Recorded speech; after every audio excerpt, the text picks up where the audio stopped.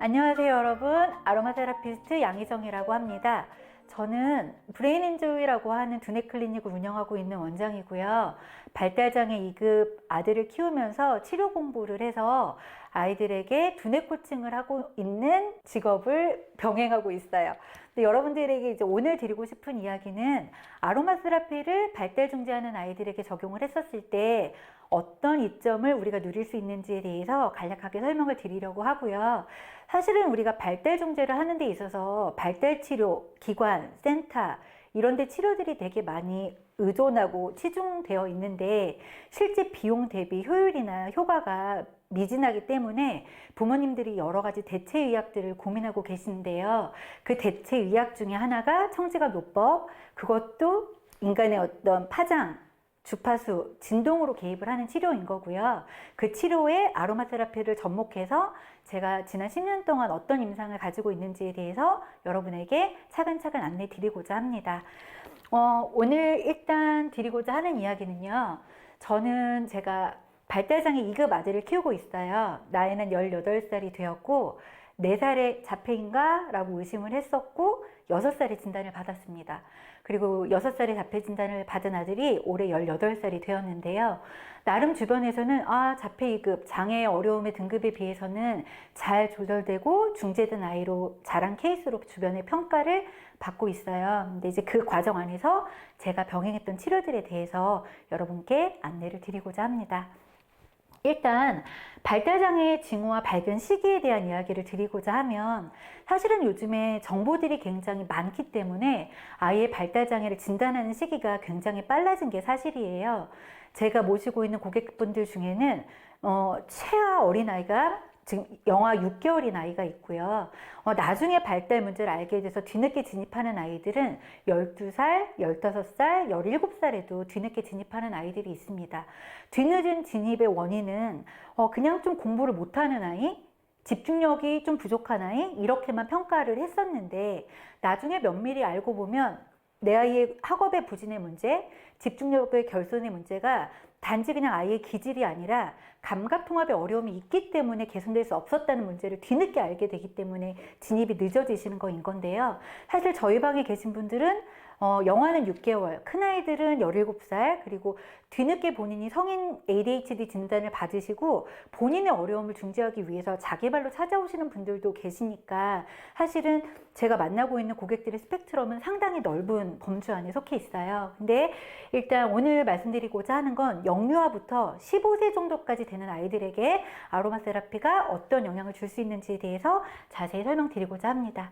일단 저희 아들은 태어났을 때 제가 분당 서울대병원에서 아이를 출산을 했었어요. 근데 희한하게 제가 출산에 최적화된 몸이 아니어서 그런지 두 아이 다 유도분만제를 20시간 넘게 맞고서 이제 출산을 했었는데 나중에 자폐 관련 공부를 하다 보니까 옥시토신 과다 분비, 즉 유도분만제를 오랫동안 맞으면 발달장애가 아닐 수 있는 아이가 발달장애가 촉발될 수도 있다는 데이터들이 우리가 쉽지 않게 발견할 수가 있어요. 근데 이제 우리가 의료비가 굉장히 저렴하고 의료보험이 굉장히 잘 되어 있기 때문에 우리는 뭐 무통분만, 그 다음에 유도분만제 이런 거 너무나 당연한 듯이 맞고 처방받고 이렇게 하는데 사실은 그게 우리가 쉽게 간과할 수 있는 문제는 아니라는 얘기를 한번 드리고 싶었고요. 심지어 저 같은 경우는 아이 출산을 할 때 하루 종일 유도분만제를 맞았는데 이제 의사 선생님들이 퇴근할 시간이 되니까 주사를 끊더라고요. 왜냐면 이제 퇴근하고 난 다음에 진통이 걸리면 이제 의사분들이 다시 출근해야 되는 어려움이 생기니까.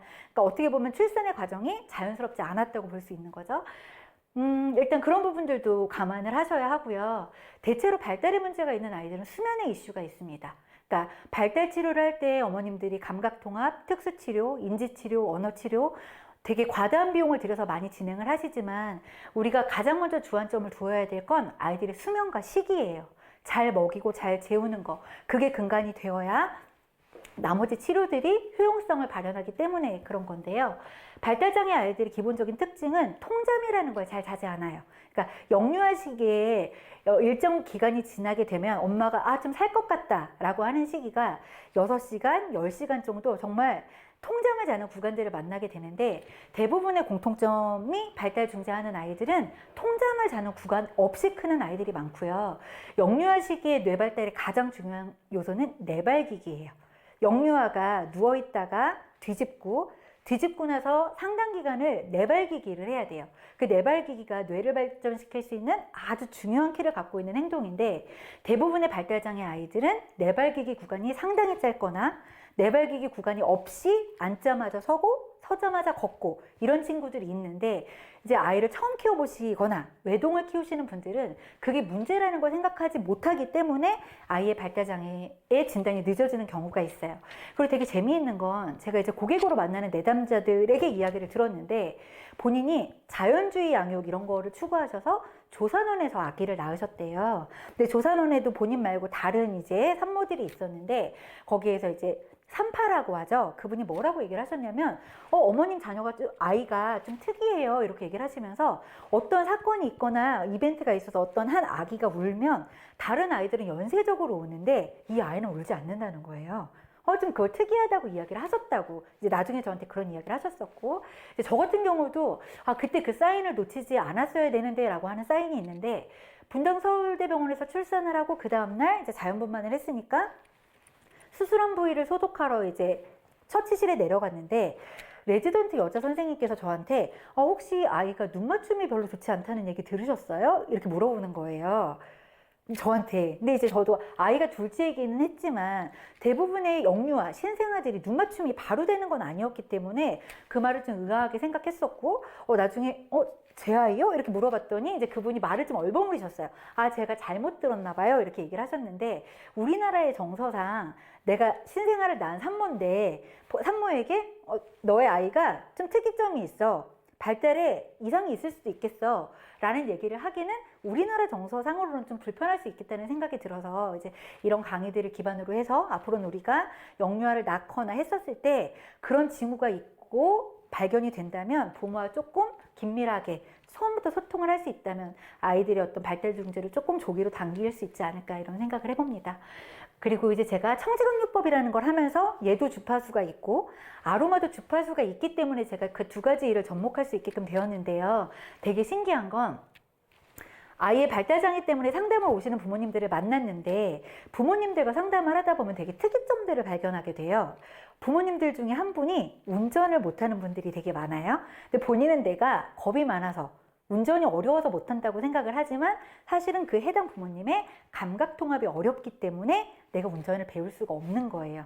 그렇게 여러 차례 연수를 받고 운전면허를 딴 지 수십 년이 지났지만 내가 도로에서 운전을 할 수 없는 건 자전거하고 비슷하다고 생각을 하시면 돼요. 그러니까 우리가 발달 중지하는 아이들의 운동의 최고 캐파가 자전거를 탈 수 있게끔 되면 운동 능력이 많이 회복되었구나. 왜냐면 자전거는 내가 페달을 바로 올리고 균형을 잡고 핸들을 잡고 주의물을 피해서 그 모든 것들이 한꺼번에 협응이 되어야 하는 운동이기 때문에 아이들에게 자전거가 되게 고차원의 운동이라고 하는데, 그 운동이 어른에게는 운전하고도 흡사하다고 생각하실 수가 있어요. 근데 발달장애 부모님들 중에는 그런 이유로 운전이 어려운 분들이 되게 많고요. 실제로 심장박동에 이상이 있는 분들이 있어요.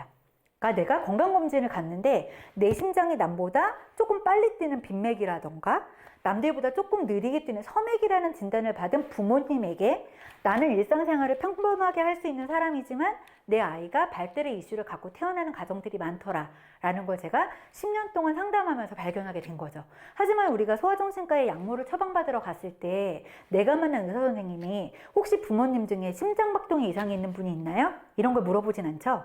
혹시 멀미가 있거나 그네를 못하거나 이런 증상이 있나, 이런 걸 물어보진 않는다는 거예요. 하지만 결과적으로는 그런 문제로 인해서 내 아이의 발달 문제가 생겼다면 그 해당 부분에 대한 처치가 되지 않으면 내 아이가 먹고 있는 소아정신과 약물은 단순히 그냥 학교에 잘 적응하기 위한, 학교에서 지적을 덜 받고 산만하게 서대지 않기 위해서 충동성을 억눌러야 하는 그런 약 처방에 그칠 거기 때문에 이런 해당 이슈들을 조금 면밀하게 살펴보시면 좋겠다는 생각이 들어요. 그리고 장내 미생물, 저희가 이제 도테라 안에서도 많은 분들이 되게 즐겨 찾고 매월 LRP로 구매하시고 계신 제품 중에 유산균이 있죠. 피비어시스트. 저희도 발달 가족분들이 꾸준히 구매해서 드시고 계신 제품인데요. 이게 왜 중요하냐면 우리가 뇌의 질환은 뇌의 만성 염증이라고 이해하는 견해가 되게 많은데 뇌가 장하고 되게 긴밀하게 연결되어 있어요. 그래서 장내 환경이 좋지 않은 아이들이 자폐, 지적장애, ADHD 그 해당 이슈를 되게 많이 갖게끔 되는데 실제로 발달 중지하는 아이들의 부모님에게 여쭤보면 빈번한 변비, 빈번한 설사 이런 걸로 되게 양육에 곤란을 겪고 계신 분들이 많아요. 그러면 그 아이들이 장내 환경이 좋아지지 않으면 내가 아무리 좋은 센터에 되게 훌륭한 선생님을 만난다 하더라도 아이의 역량 자체가 10의 3 정도를 해결할 수 있는 아이이기 때문에 아무리 좋은 치료를 한다고 해도 거기에서 어떤 아웃풋이 나오긴 되게 어렵다는 이야기인 거죠. 그리고 실제로 제가 이제 보고 있는 아이들 중에 뇌전증 케이스 아이들이 있어요. 그러면 뇌전증은 경기 자체가 두뇌에 되게 치명적이기 때문에 경기를 일으키지 않기 위해서 약을 먹지만 그 약을 먹으면 중추신경계가 이완되기 때문에 아이들이 되게 많이 늘어지고 눈빛이 흐려져요. 근데 그 아이들이 뇌전증 약을 먹으면서 겪는 대표적인 부작용이 변비예요. 그럼 결과적으로는 두뇌 활동의 어떤 조절을 하기 위해서 내가 어떤 약을 먹었는데 그 약의 기전으로 내 장의 운동이 달라진다는 건 결국 뇌와 장이 되게 긴밀하게 연결되어 있다는 증거이기 때문에 내 아이가 소화정지과 약물을 먹고 있다, 뇌전증으로 경기를 예방하기 위해서 약을 먹고 있다라고 하면 그 아이들은 변비의 이슈가 있을 수 있으니까 꼭 유산균을 처방해서 도테라 안에서 복용하시기를 권장드리고요. 좀 큰 아이가 있어요. 6학년 여자아이인데 도테라에 장 마사지가 있잖아요. 이제 그걸 저희가 클래스에서 가르쳐 드렸는데 유산균 먹고도 배변을 잘해서 유산균 정말 좋구나 라고 생각을 하셨는데 본인이 6학년 된 딸아이에게 장 마사지를 해주면서 너무 깜짝 놀란 건 정말 내 아이의 장에 장내 운동이 되게 희박하구나. 그러니까 자연스럽게 연동 운동이 잘 안 된다는 걸 알게 되셔가지고 그 이후로 되게 장 마사지 꾸준히 하고 계시는 어머님들이 계셔가지고 저희 방에서는 많은 분들이 장 마사지, 팔터치를 되게 꾸준히 하고 계시다는 걸 더불어 안내 드립니다. 그리고 되게 신기한 건 발달장애가 귀의 문제에서 기인한다라고 사람들이 생각하기가 되게 어려운데요. 사실은 이게 발달장애 부모님들 중에 귀에 이슈가 있는 분들이 되게 많아요. 그러니까 여쭤보면 혹시 멀미가 심한 부모님 안 계세요? 혹은 이명이 있거나 난청이 있거나 이런 부모님은 없으신가요? 어지럼증, 두통, 원인 모를 두통 이런 거 가진 분 없어요? 그러면 열의 8분이 엄마 아빠 중에 그런 이슈가 있어요. 그러면 나에게 문제 증상은 이명으로 나타났고 두통으로 나타났지만 그 해당 증상의 원인은 귀에 있는 거거든요. 내 귀 안에 뼈와 근육의 운동이 원활하게 이루어지고 있지 않기 때문에 똑같이 대관령 구도로로 수학여행을 가도 누구는 아무렇지 않은데 누구는 정말 봉투 몇 개를 준비해서 그 버스 타지 않으면 수학여행 갈 수 없을 만큼 힘든 아이가 있는 것처럼 내 귀의 연동성, 귀의 운동이 사람에게 어떤 격차를 나타내는데 귀에 특이점이 있는 가족, 부모님의 어떤 그런 이력이 있을 때 아이에게 발달장애의 이슈가 나타나더라. 실제로 저희 사무실에 이제 검사를 오셨어요. 쌍둥이 남자아이를 데리고 오셨는데 아이들이 아직 검사가 안 되는 자폐 아이들이니까 제가 이제 부모님에게 내 아이의 문제가 나에게 기인했을 것 같다라고 생각되는 분이 검사를 받으라고 했더니 아버님이 검사를 받으셨거든요. 근데 아버님이 뭐라고 그날 이제 개인적인 고백을 하셨냐면 결혼할 때도 이게 큰 문제라고 생각하지 않아서 이야기를 하지 않았는데 본인의 왼쪽 귀에 청력이 없다고 하셨어요. 왼쪽 귀에. 그러니까 본인은 태어날 때부터 왼쪽 귀에 청력이 없었기 때문에 그냥 그게 정상적으로 남들도 다 그렇게 듣는 줄 알았던 거예요. 근데 나중에 이제 군대를 갈 때 신체 검사를 하면서 내가 왼쪽 귀에 청력이 없구나 라는 걸 알게 됐는데 그분은 실제로 현장에서 만났을 때 고소득 고위 공무원이셨고요. 본인 스스로도 내가 학창시절에 공부를 하거나 일상생활을 하는데 아무런 지장이 없다라고 얘기를 하셨는데 제가 그 아버님께 뭐라고 설명을 드렸냐면 그분은 선천적인 이슈죠. 나는 그냥 단지 귀에 어떤 결함이 있었을 뿐이지 다른 대사에 이상이 있었던 게 아니에요. 근데 제가 드리는 말씀은 해당 부분의 이슈를 갖고 있는 부모님들에게 발달의 이슈를 갖고 태어나는 자녀의 빈도가 높더라라는 걸 확률적으로 알려드리고 싶었어요. 그 다음 사실 제가 가장 많이 염려해서 아로마 테라피를 공부하게 됐던 원인이 뭐였냐면 우리나라가 의학이 너무 발달되어 있고 의료보험이 잘 돼 있다 보니까 영유아에게 소화정지과 약물의 처방이 너무나 오남용되고 있다는 경향이 있어요. 근데 이제 우리가 먹고 있는 아이들의 소화정지과 약물의 기전을 보면 항우울제, 진정제, 항불안제, 최면제, 기분안정제 이런 이슈가 있는 약들이 아이들에게 처방이 되고 있는 거거든요. 그러니까 결국에 부모의 어떤 니즈로도 선택을 하게 되지만 제가 만나는 고객들 중에 열에 한 5분, 6분 정도는 학교에서 권해서 이 아이가 착석이 안 되니까 충동성만 좀 줄어들면 학업이 될 것 같은데 약을 먹어보면 어떨까요? 이제 이런 권유로 약물을 선택하게 되시는 경우들이 되게 많은데요. 물론 약물로 도움을 받는 케이스도 되게 많이 있어요. 근데 약물로 도움을 받는 케이스의 가정의 어떤 사례를 보면 약을 먹고 있지만 그 약이 줄 수 있는 사이드 이펙트에 대한 보완을 가정에서 충분히 하고 있다는 거죠. 이 아이가 이 약물로 인해서 식이에 어려움이 있을 수 있으니 운동으로 식욕을 돋궈서 잘 먹을 수 있게끔 도와줘야 되겠다라던가, 이 아이가 생각보다 수면의 질이 좋지 않으니 이 아이를 잘 재울 수 있게끔 내가 보완책을 마련해야 되겠다. 이런 가정은 약물을 병행하면서도 좋은 효과를 가져갈 수가 있지만, 예를 들어 나의 어떤 확신이나 판단 없이 단순하게 학교에서 권해서 의사가 괜찮다고 했으니까 이렇게 약물을 선택했던 가정들에서는 나중에 약물에 대해서 조금 회의적인 가정들을 되게 많이 만나게 되고요. 실제로 얼마 전에 만났던 고객분은 되게 이름을 알면 다 알 법한 유명한 소아정신과 의사 선생님에게 4살 때부터 약을 먹어서 지금 현재 8살이 되었는데 아이가 섭식장애가 와서 위장 기능이 다 망가져가지고 지금은 식이도 되게 어려운 상태가 되어 있는 아이가 있어요. 그러니까 병원이라고 해서 의사 선생님이 주셨다고 해서 그 약이 나중에 어떤 예후를 줄 거다라는 거를 의사 선생님이 다 알고 있는 건 아니니까 여러분들의 면밀한 관찰과 어떤 주의가 필요하다라는 걸 더불어 안내 드립니다.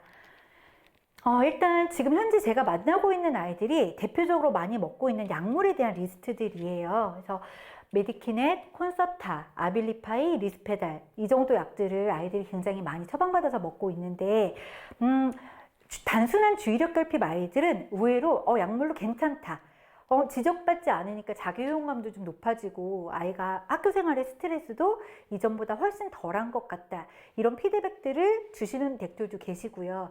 이건 어떻게 보면 케이스 바이 케이스 다 다를 수 있을 것 같으니까 여러분들이 참고하시면 될 것 같고요. 실제로 조금 어려운 케이스들은 어떤 게 있냐면, 내 아이가 주의력 결핍으로 특정 약을 먹었는데 그 약을 먹었더니 아이가 갑자기 틱이 오는 거예요. 그러니까 목틱이 온다거나 음성틱이 온다거나 행동틱이 수반이 되는 거죠. 근데 여기 보면 이제 그런 것들이 나와요. 부작용들에 체중이 증가되고 위장장애가 생길 수 있고 메스꺼움이 생길 수 있고, 이제 대표적인 어떤 부작용들이 게재되어 있거든요. 근데 병원에 가서 여쭤보면 뭐라고 얘기를 하냐면, ADHD 약이 아이의 주의력에 잘 듣는 반면에 이 약을 오랫동안 먹었을 때 가질 수 있는 아이의 사이드 이펙트는 행동틱이나 음성틱이 올 수 있어요. 이렇게 얘기를 하면 병원에서 아무렇지도 않게 ADHD 약에 틱약을 추가해서 줍니다. 근데 그 틱약에 부작용이 또 하나가 뭐가 있냐면 약간 감정선의 변화가 생겨서 아이가 되게 많이 늘어지고 평상시보다 우울감을 되게 많이 호소해요. 그러니까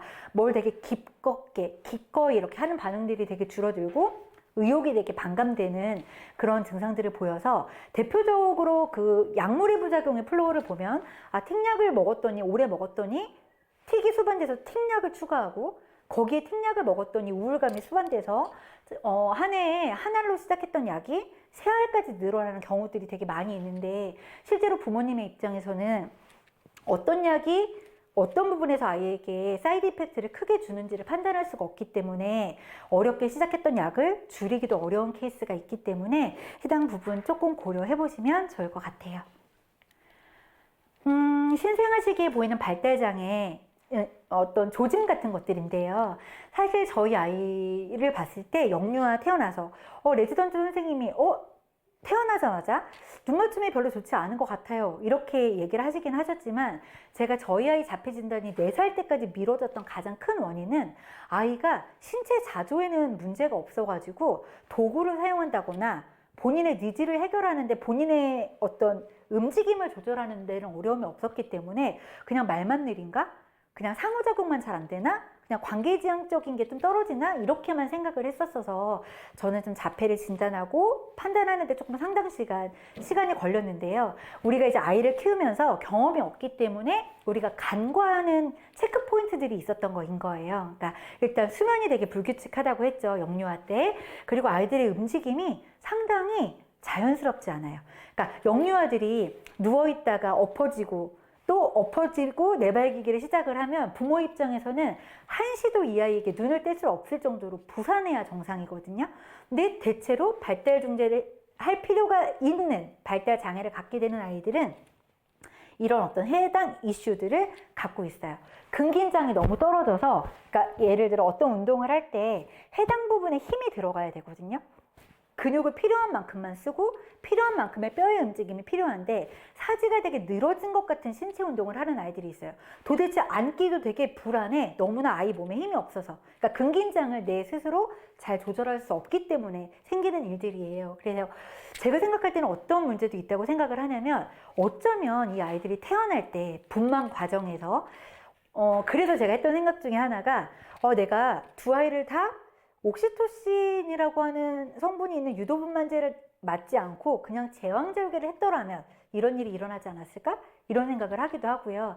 실제로 대학병원에서 유도분만제를 맞고 출산을 하면 병원에서 아이를 일주일 동안 인큐베이터에 입원하게끔 권고를 해요. 왜냐하면 양수가 터져서 입원을 했고 20 몇 시간 꽤 긴 시간 동안 진통을 해서 아이를 낳으면 뭔가 아이에게 감염의 이슈가 있을 수 있으니 병원에서 검사를 하자, 이렇게 해서 아이의 입원을 권유를 하고, 또 산모의 입장에서는 불안하니까 입원을 시키게 되는데, 지금 생각하면 당장 아이에게 어떤 눈에 띄는 문제가 있는 게 아닌데 불필요한 검사들을 하면서 아이에게 체열을 하고 뭐 엑스레이를 찍고 이런 과정들이 병행되었던 게 내내 마음에 별로 좋지 않은 기억으로 남아있게 된 것 같아요.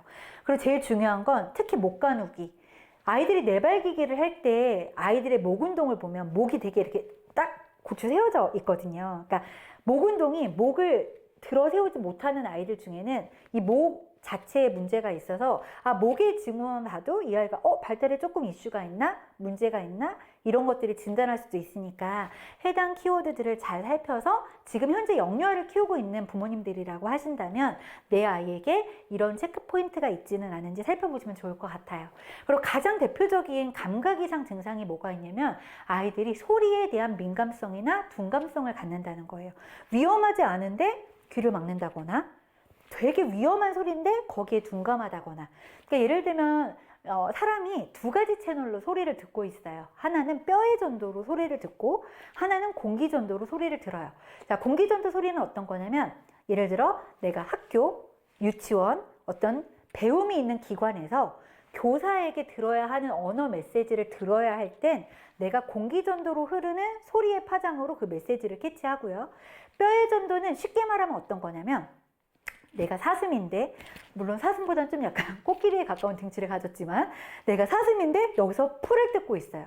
근데 풀을 막 먹다 보니까 어디에서 공기의 흐름이 달라지고 사자 냄새가 나는 것 같고 뭔가 다가오는 것 같은 것들이 느껴져. 이런 걸 감지하는 게 골전도예요. 그러면 골전도를 공기전도보다 더 민감하게 쓰는 사람들에게는 어떤 반응이 나타나냐면 되게 짜증이 많아요. 왜냐면 나를 방해하는 감각들이 불필요하게 많이 들어오기 때문에 그렇거든요. 예를 들어 내가 거실에서 TV를 보고 있는데 엘리베이터 올라오는구나 이런다거나, 우리 집 시계가 무소음 시계야. 분명히 까사미야에서 무소음 시계를 샀는데 그 무소음 시계의 초침 소리가 나에게 되게 거슬려. 그러면 나는 남들보다 되게 민감한 골전도를 갖고 있는 거여서 안 들어도 되는 소리를 듣는 거죠. 실제로 가만히 있는데 뭐 전자기기의 대기전력 소리를 듣는다거나, 정말 민감한 청력을 갖고 계신 분들은 집에서 벌레가 기어다니는 소리를 듣는다고 해요. 그럼 삶의 질이 굉장히 떨어지겠죠. 그렇죠? 안 들어야 될 소리를 듣는 거니까. 그래서 그런 감각 반응의 이상을 보인다는 거죠. 그러니까 내 아이가 어떤 귀를 막거나 소리에 대한 민감성을 느낀다고 하면 그것도 조금 체크 포인트 중에 하나로 여러분들이 고려하셔야 하고요. 그리고 대부분의 발달장애 아이들은 터치를 싫어해요. 자, 피부는 뇌의 연장선이기 때문에 우리가 어린아이일수록 부모님에게 영유아를 관리할 때 스킨십 많이 해주세요, 많이 안아주세요 라고 하는 것 자체는 내가 이 아이를 안아주고 얼러주고 업어주고 하는 것 자체가, 내가 아이의 뇌를 직접 열어서 만질 수는 없지만 이 아이를 터치해주고 안아주고 하는 걸로 뇌에 자극을 줄 수 있기 때문에 스킨십을 많이 하라고 하는 건데요. 대부분의 발달장애 아이들은 터치에 되게 민감하기 때문에 터치를 별로 좋아하지 않고요. 저희 아들 같은 경우는 4살, 6살까지 한겨울에도 내복 바지를 입지 못했어요. 답답한 거죠. 내복 바지를 입는다거나 이불을 덮는다는 게 일반적인 아이들과 달라서 되게 무겁게 느껴지거나 감각 이상이니까. 그리고 아까 제가 내발기기 구간의 아이들의 목 운동을 보면 아이들이 되게 목을 잘 이렇게 세운다고 했잖아요. 근데 대부분의 발달 문제가 있는 아이들은 상당 기간 동안 고개를 숙여서 머리를 감지 못해요. 왜냐면 우리가 머리를 감을 때 고개를 숙이면 중력의 방어가 생기거든요. 근데 대부분의 아이들이 고개를 밑으로 했을 때 몸이 쏠릴 것 같은 그런 감각을 느끼기 때문에 해당 아이들이 머리 감을 때도 이상 반응들을 보이니까 그런 증상을 보인다고 하면 영유아 검사를 통해서 의사 선생님과 면담을 꼭 받아보시길 바랍니다. 그리고 눈 맞춤을 거의 하지 않아요. 그러니까 자폐 아이들을 키울 때 부모님들이 가장 많이 하는 얘기가 나를 봐. 아이 이름을 그렇게 수십 번씩 부르면서 나를 보라고 하는데 아이가 엄마를 볼 수 없어서 못 보는 거예요. 보기 싫어서 안 보는 게 아니라. 그러니까 예를 들어 나의 안구가, 그러니까 뇌가 제대로 발달을 해야 시지각, 청지각이 균일하게 발달을 하는데 나의 시지각이 정상적이지 않을 때는 상대방이 앞에서 나를 불러도 내 눈의 조리개와 초점이 원활하게 맞지 않는 거죠. 예를 들어 어떤 위험한 물체가 내 눈으로 다가오면 본능적으로 눈이 감아지고 안구의 초점이 넓어지고 작아지고 하는 게 원활하게 조절이 돼야 되는데 발달에 문제가 있는 아이들은 그게 원활하게 되지 않기 때문에 눈 맞춤, 상호작용, 그냥 단순한 상호작용의 문제가 아니라 내가 엄마의 눈을 제대로 응시하고 바라볼 수 없기 때문에 눈 맞춤을 해서 없게끔 되는 거인 건데요. 저희 아들 18살인데 지금 그게 언제였는지 기억나지 않을 정도로 지금은 눈 맞춤에 아무런 지장이 없거든요. 그러니까 결국에 아이들의 모든 발달 과업은 그게 채워져야 그 다음 단계를 갈 수 있어요.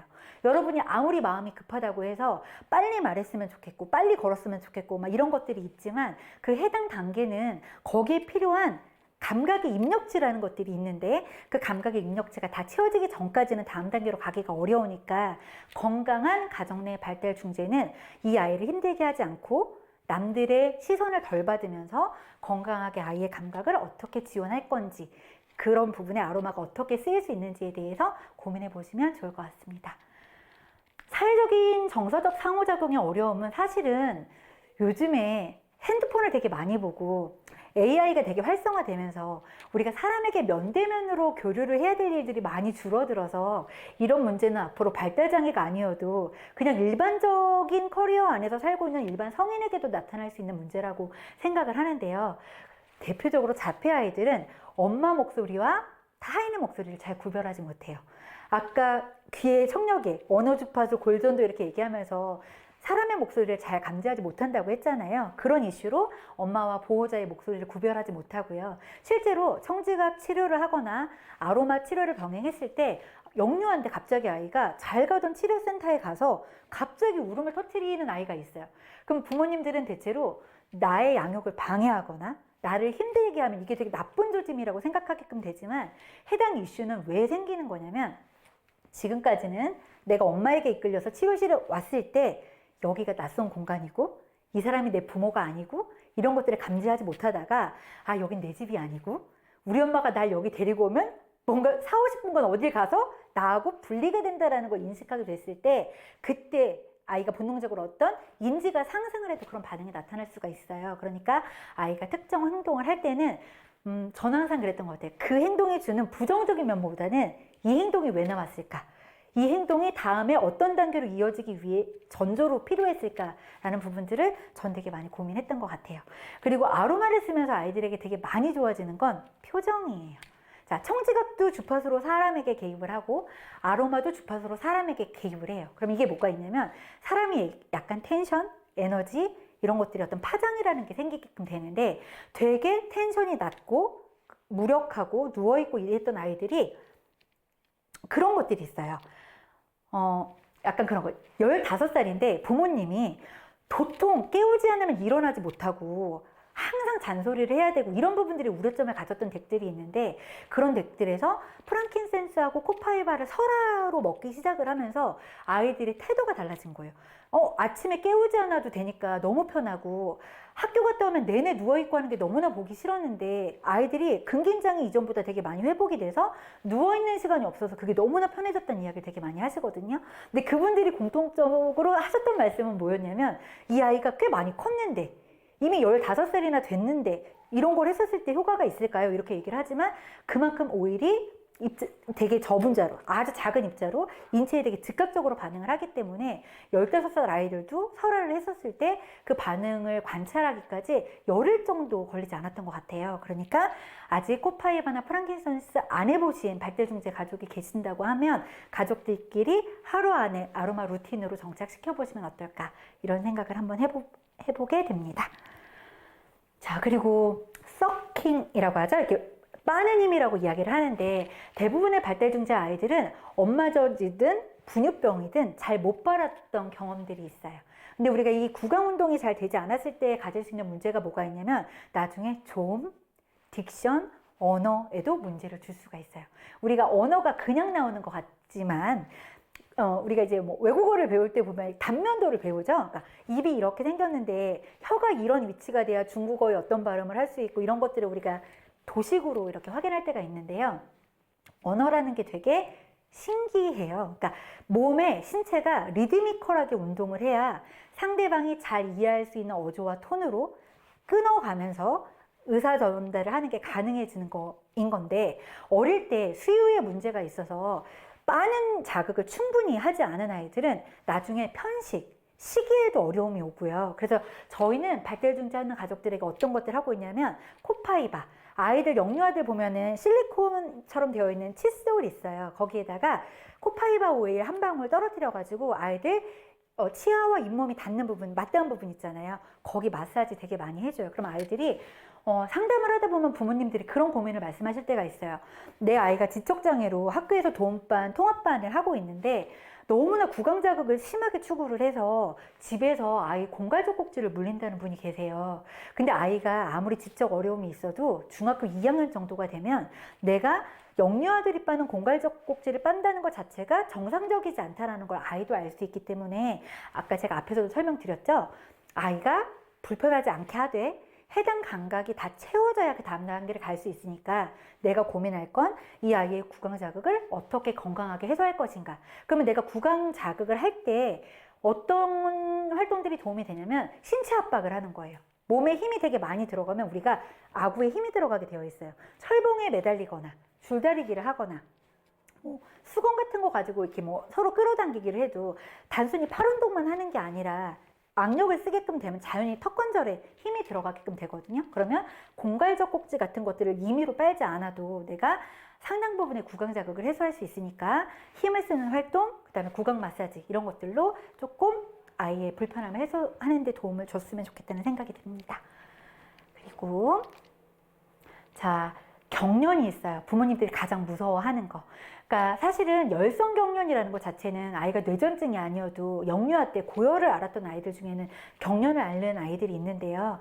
경련, 눈떨림, 안구떨림, 안구진탕, 이런 것들을 하고 있는 아이들이 있는데, 제가 아로마로 되게 신기한 경험을 하고 있는 게 있어요. 제가 청지각도 주파수고 아로마도 주파수인데, 청지각은 귀로 개입하는 치료죠. 그쵸? 귀의 운동을 시켜서 뇌를 변화시킨다고 하는 건데, 이 치료를 하면 안구 운동의 변화가 생겨요. 실제로 작년에 어떤 일이 있었냐면, 초등학교 2학년 남자아이인데 아로마 팔터치랑 오일 설화랑 청지각 훈련을 같이 하고 있어요. 근데 유명한 안과 병원에서 이 아이 눈에 내사시가 있으니까 겨울방학에 수술을 해야 될 것 같아요 라는 진단을 받았었어요. 근데 청지각 훈련과 아로마 마사지를 병행을 했는데, 겨울방학에 병원을 갔더니 우려했던 것보다 증상이 개선돼서 지금 당장 수술 안 하고 몇 달 동안 경과를 살펴보자고, 이런 진단을 받아서 수술이 미뤄진 아이가 있거든요. 근데 이런 사례가 그 아이만 있는 게 아니에요. 그래서 되게 신기한 게, 청지각 훈련이라는 것도 주파수고 아로마라는 것도 주파수인데, 해당 부분에 개입이 있으면 뇌의 어떤 활동이 변하면서 아이의 시지각, 안구 운동, 이런 것들이 변화를 줄 수 있구나라고 생각을 해서, 우리가 왜 비싼 돈 들여갖고 영재 교육하고 유명한 교구 사고 이런 것들 하잖아요. 근데 그런 것들보다 아로마, 유명한 영재 교구 이런 것들에 비해 아로마 가격을 생각하면 굉장히 착한 가격으로 내 아이의 어떤 여러 가지 감각들을 활성화할 수 있는 기전을 우리가 활용할 수 있기 때문에, 이런 부분들 잘 활용해 보시면 좋을 것 같아요. 그리고 아이의 어떤 여러 가지 반사, 그러니까 영유아 때 지나갔어야 되는 그런 과정들이 있어요. 실제로 유명한 감각 통합실에 가면 해당 아이가 발달 이슈가 있으면 12살에 와도 내발기기를 임의로 시켜요. 그 단계가 스킵돼서 이 아이에게 발달에 문제가 생겼기 때문에 해당 구간의 운동의 모양새를 그 선생님께서 만들어 주시는 거죠. 이렇게 기어야 한다고. 그래서 이런 부분들을 고려하시면서 아이의 문제를 체크해 보시면 되고요. 여기에 설명되어 있는 부분들은 제가 앞전에 설명했던 내용들에 있는 거니까 한번 그냥 살펴보시면 될 것 같아요. 자, 제가 3년 정도 되었어요. 저희 단톡방에서 청지각 치료를 한 지는 11년이 됐고 11년 동안 청지각 치료를 하면서 아로마를 고객들에게 소개해서 가이드를 드리고 있는 지는 3년이 조금 넘은 것 같습니다. 그 안에 이제 여러 가지 임상들이 나오기 시작을 했어요. 자, 첫 번째 사례는 ADHD를 갖고 있는데 이 아이는 ADHD에 틱이 동반되어 있는 사례예요. 근데 이제 호르몬으로 심포니 오브 셀즈 프로토콜을 진행을 했는데 아이의 말투가 개선이 되고 짜증을 내는 빈도와 어떤 그러니까 자기 조절력이 개선이 된 거예요. 근데 제가 되게 재밌는 건 아로마는 주파수라고 했잖아요. 사람에게 어떤 개입을 할 때 어떤 것들을 하냐면 도전의식, 자기효용감, 그 다음에 자기주도성, 을 되게 많이 증진하는 경험을 하게 돼요. 그러니까 저희 아들이 자폐인데 지금 18살인데 초등학교 4학년 무렵에 본인이 알았던 것 같아요. 내가 좀 남과 다르구나. 똑같이 노력해도 내가 잘 남들만큼 잘 배워지지 않는구나라는 걸 아이도 인식하게 됐어요. 근데 저희 아들이 제일 많이 하면서 잘한 말이 원석이도 할 수 있어. 다시 한번 해보자. 이런 말을 되게 많이 하거든요. 그래서 내 아이를 지도하는 학교 선생님, 그 다음에 뭐 운동 선생님들이 늘 뭐라고 얘기하냐면 자폐 2급치고 잘 자랐고 되게 훌륭한 태도와 근성이라는 이야기를 주변 분들이 되게 많이 해주셨어요. 근데 그런 것들이 어디에서 나왔나? 라고 생각을 했을 때 저는 제가 진행하고 있는 청지각 요법과 아로마가 아이들에게 그런 근간을 주고 있다는 신뢰와 확신이 있어요. 근데 그게 나만의 경험일 때는 나만의 착각인가? 내 생각인가? 이렇게 생각을 했었는데 이제 이런 사례들로 여러분들이 이제 입증을 해주시는 케이스들이 되게 많아지고요. 사실은 되게 잘 활용하고 있는 것 중에 하나가 도테라 감정 오일이에요. 그러니까 사실은 우리가 생각할 때 아로마 하면 뭐 페퍼민트, 라벤더, 레몬 뭐 이 정도 생각하고 아로마 테라피 다 안다고 생각하시는 분들이 있는데 도테라가 갖고 있는 가장 강점 중에 하나가 감정 오일이고 그 감정 오일을 뭐 테스트하거나 발향했었을 때 온 가족이 누릴 수 있는 어떤 수혜라는 것들이 있게 되는데요. 이제 여기에서 몇 가지 사례를 설명드리면서 제가 이제 아로마 데일리 루틴을 설명을 할 때 양육자와 초등학교 저학년 아이의 감정오일 포트를 한번 읽어드리도록 할게요. 자, 아까 제가 말씀드렸죠. 청지각 검사를 해보면 부모에게 이상 청력을 갖고 있는 덱들이 되게 많은데 그런 덱들의 아이들은 아이들이 중이염도 되게 자주 알아요. 청지각 검사를 해보면 아이들의 그래프 안에 아, 얘가 어릴 때 만성 중이염을 알았구나 라는 포트를 볼 수가 있거든요. 그리고 되게 신기한 건 제가 얼마 전에 따님이 검사가 안 돼가지고 엄마를 검사한 적이 있어요. 근데 제가 그 엄마의 검사 포트를 보면서 혹시 소리의 방해가 많은 곳에서 근무를 하시나요? 그러니까 소리가 많은 곳은 우리가 되게 많이 알잖아요. 근데 어머님의 그래프를 보니까 어머님의 일상생활이 소리에 되게 많은 방해와 개입을 받는다고 나와 있어요. 이렇게 상담을 하고 가셨단 말이에요. 근데 그분이 가면서 아, 오늘 되게 인상적이었어요 라고 하면서 저한테 카톡을 주셨는데 엄마 아빠의 직업이 소방관이시래요. 그러니까 출동직이시기 때문에 항상 현장에서 사이렌 소리, 호출, 무전기 소리 이게 근무하는 시간 내내 있는 그런 환경에 살고 계신 거죠. 근데 나는 그런 환경에서 살고 있는데 아이가 상당 기간 무발화였거든요. 근데 저한테 왔을 때 8살에 오셨어요. 1년 유예해서 9살에 학교를 갔는데 결국은 지금 말을 하는 아이가 됐어요. 지금 9살에 지금 이제 초등학교 1학년 입학을 했는데 되게 신기하죠. 청지각과 아로마 하고 있는데 이 아이가 말을 하는 아이가 된 거예요. 그러니까 부모의 입장에서는 이 아이가 8살까지 말을 하지 못했으니까 앞으로 영원히 말을 하지 못할 수도 있겠다라는 개연성을 충분히 고려하셨었는데 근데 되게 신기한 건 이 아이가 안 듣고 있었던 게 아니기 때문에 말문이 터지자마자 2어절 이상의 문장을 발화를 했고 글을 읽을 수 있게끔 되었다는 거인 거예요. 그게 되게 단기간 안에 이루어졌다는 거죠. 그러니까 우리가 발달장애 카페나 여러 가지 어떤 발달장애에 대해서 논하는 뭐 네이버나 다른 이슈가 있는 카페들의 이야기를 보면 되게 흉흉한 이야기들이 되게 많아요. 7살이 되면 아이의 발달이 다 끝나는 것처럼, 그렇죠? 7살까지 적기 발달을 하지 못하면 얘는 그냥 평생 장애를 안고 사는 건가 보다 이렇게 생각하시는 부모님들이 계신데 사실 우리 아이들의 뇌는 되게 상당 기간 오래 지속적으로 성장 발달을 하고요. 요즘같이 술 되게 많이 음주하는 20대 핸드폰 많이 보고 사고하지 않는 그런 20대보다 건강한 시기를 하고 뇌활동을 충분히 하는 70대의 뇌가 실제로 더 건강할 수가 있다는 거를 여러분들이 간과하지 않으셨으면 좋겠습니다. 그래서 저희가 저희 방에서, 이용자 방에서 제일 크게 혜택을 보고 있는 건 아이들이 병원에 가지 않게 됐다는 거예요. 그러니까 한 번 병원에 가면 항생제를 되게 상당 기간을 먹고 항생제의 부작용은 뭐냐면 장을 되게 많이 망가뜨리거든요. 그러니까 실제로 저희 아이가 어릴 때 비염 축농증이 굉장히 심해서 늘 1, 2차 병원에서 안 되고 3차 병원까지 가면 오그멘틴이라고 하는 항생제가 처방이 나와요. 3차 병원에서. 근데 그 오그멘틴 항생제는 물에다 가루를 희석해서 먹는 건데 병원에서 2주 이상은 먹지 마세요. 이렇게 얘기할 정도로 이제 장에 무리가 된다는 거죠.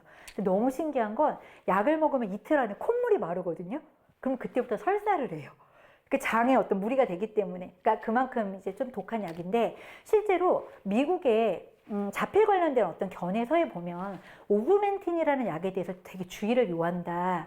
유사자폐를 유발할 수도 있다라는 그런 견해가 조심스럽게 실려 있으니까 항생제 처방 자주 받으시는 분들은 해당 부분도 고려하시면 좋을 것 같아요.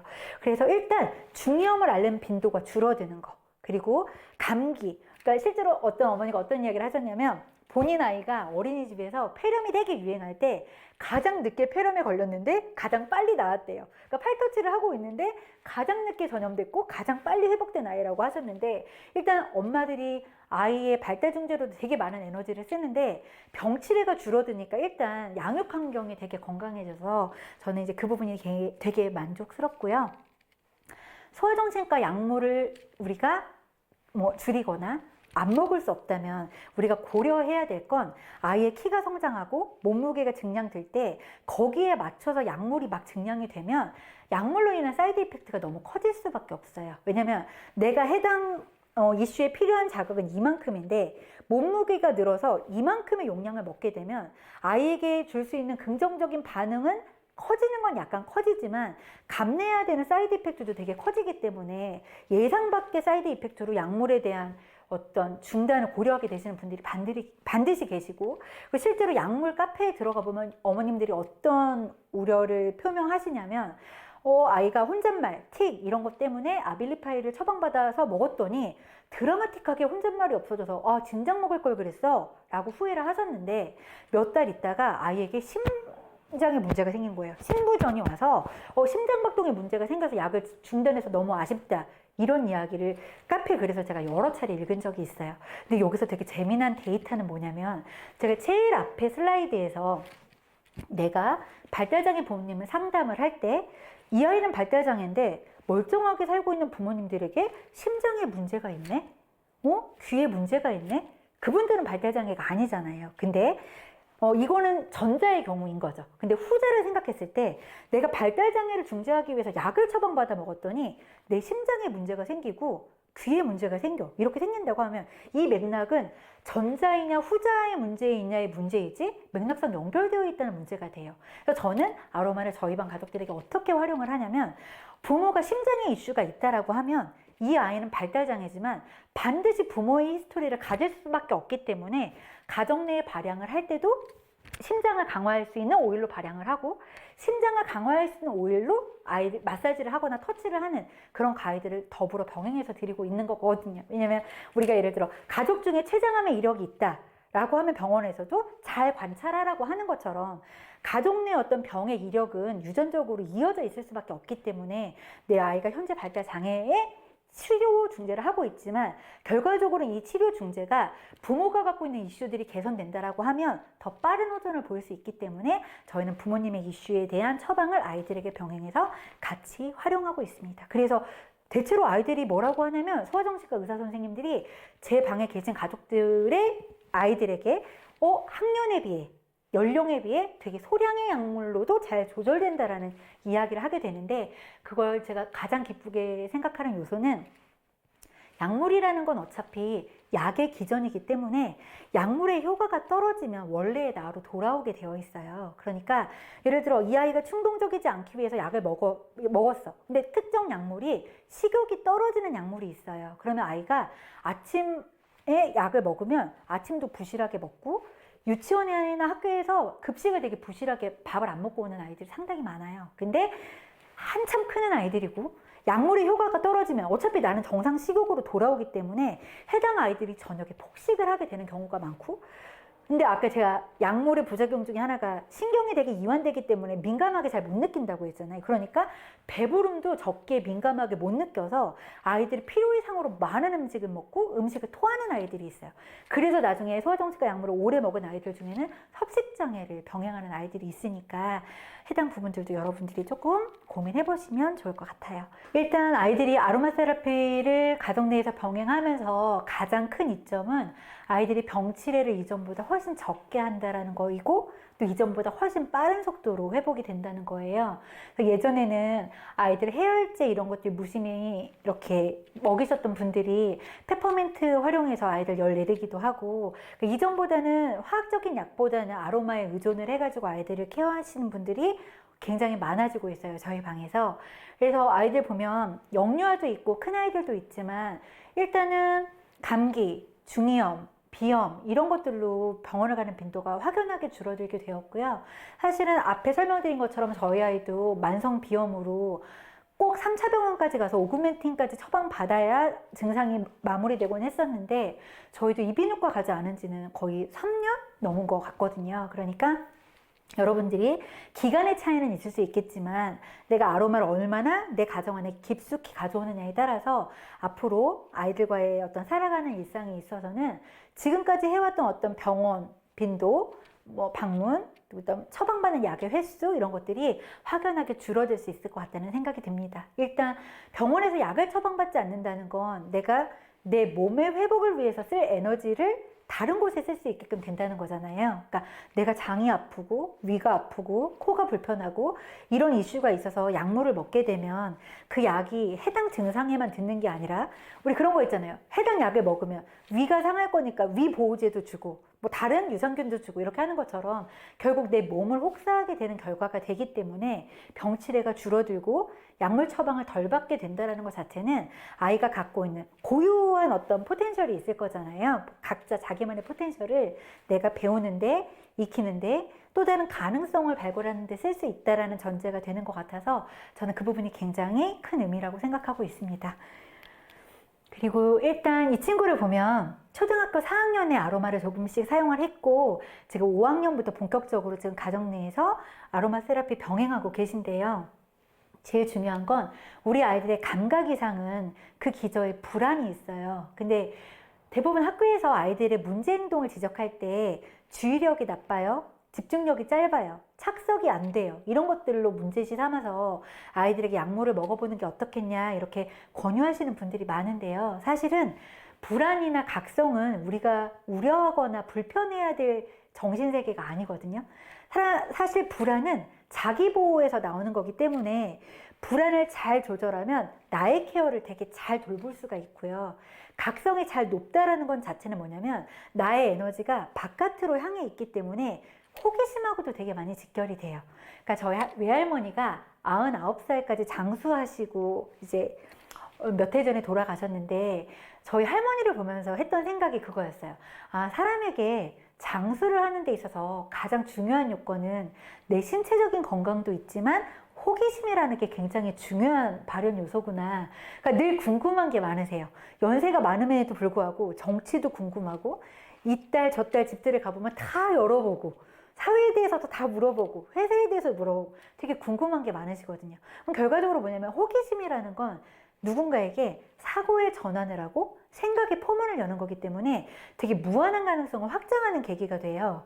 그래서 저는 부모님들에게 늘 하는 이야기 중에 하나가 아이의 불안이나 각성을 문제 삼는 시각을 조금 바꾸면 우리가 아이를 양육하는 데 있어서 훨씬 더 건강한 환경을 만들 수 있다는 이야기를 여러분께 누차 반복해서 드리고 있습니다. 그리고 이 친구 같은 경우가 제가 되게 아끼는 아이인데 제 사무실에 2학년에 올 때까지는 무발화로 방문을 했었어요. 그러니까 발화가 거의 없는 상태로, 안 되는 상태로 왔었는데 지금은 이제 5학년이 되었는데 학교 끝나고 전철을 타고 집에 스스로 귀가할 수 있는 자폐 2급 아이로 자랐어요. 그리고 이제 우리가 학교 끝나고 나면 방과후 센터라는 곳에 가서 이제 아이들 기타 여러 가지 일련의 활동들을 하는데, 엄마가 일을 하니까 아이가 방과후 센터에서 지하철을 타고 스스로 혼자 귀가를 하는 게 가능한 아이예요. 근데 어떻게 이제 남들이 이야기를 할 때 5학년 정도 돼서 지하철 타고 오는 게 뭐 별건가요? 이렇게 생각할 수도 있지만, 실제로 이 대개의 케이스를 보면서 내 아이는 이 아이보다 훨씬 더 기능이 좋은 ADHD인데 난 우리 아이 한 번도 지하철 안 태워봤는데, 우리 아이는 한 번도 버스 안 타봤는데 해서 이 아이가 되는 걸 보고 내 아이도 시도해 봐야겠다라고 해서 아이들 교육에 참고하고 계시는 다른 댁들이 계시니까요. 사실은 우리가 예전에는 되게 당연한 것들이라고 생각했던 것들이 삶이 되게 편안해지고, 내가 자녀가 하나밖에 없음으로 인해서 내가 되게 과잉 친절을 베푸는 거죠. 아이가 그냥 스스로 귀가할 수도 있고, 아이가 스스로 뭐 밥을 차려 먹을 수도 있는데, 하나밖에 없는 내 아이라는 전제 때문에 불필요한 가업을 하면서 엄마는 엄마대로 힘들다고 하고, 아이는 내 스스로 할 수 있는 기회를 박탈당하게 되는 경우가 있기 때문에, 우리가 양육에서 조금 그런 부분들은 아이의 주도성을 살펴주면 어떨까라는 생각을 합니다. 제가 되게 재밌는 경험을 했어요. 제가 성지각 치료사, 아로마 세라피스트로 일하기 전에 한 20년간 사교육 현장에서 아이들 영어 지도를 했던 영어 선생님이었어요. 근데 반포, 대치, 서초 이쪽 지역 아이들을 가르치다 보면 되게 1년에 한 번씩 재미난 풍경을 마주하게 되는데요. 아이들이 제주도에 수학여행을 가게 되면 학부모님들에게 비상이 걸리는 거예요. 우리 집은 신논현역인데 내 아이는 한 번도 버스나 전철을 타본 적이 없어서 학교에서 차량을 대절하지 않고 아이들에게 스스로 공항에 집결하라고 하면 내 아이를 어떻게 김포공항까지 픽드랍을 하지? 라는 게 이제 문제가 되는 거죠. 그러니까 한 번도 내 아이가 스스로 아침에 일찍 일어나서 내 여행 가방을 갖고 내 스스로 김포공항에 갈 수 있다라는 전제를 부모님이 해보지 않는 거예요. 발달 장애든 비장애든 일반 아이든 해보지 않은 일은 어려워요. 해보고 경험해보면 그 안에서 실수를 통해서 배울 수 있는 것들이 있기 때문에 그 실수를 통해서 자각하고 그 자각을 통해서 성장하는 거니까, 우리가 장애, 비장애, 뭐 일반 아이, 발달 장애 아이 어떤 이런 구별 없이 부모로서 아이에게 제공할 수 있는 기회, 도전 이런 것들을 막고 막아서는 그런 부모는 되지 않았으면 좋겠다는 생각을 합니다. 일단 여기까지 제가 저희 방에서 제가 모시고 있는 고객분들에게 안내드리고 있는 발달중재 체크포인트에 대한 안내를 드렸어요. 그래서 이어질 강의에는 저희 팀 가족들이 아로마를 일상에서 어떻게 데일리 루틴으로 리추얼하고 있는지 안내 드리려고 하니까 다음 강의에서 좀 더 자세하게 설명드리도록 하겠습니다.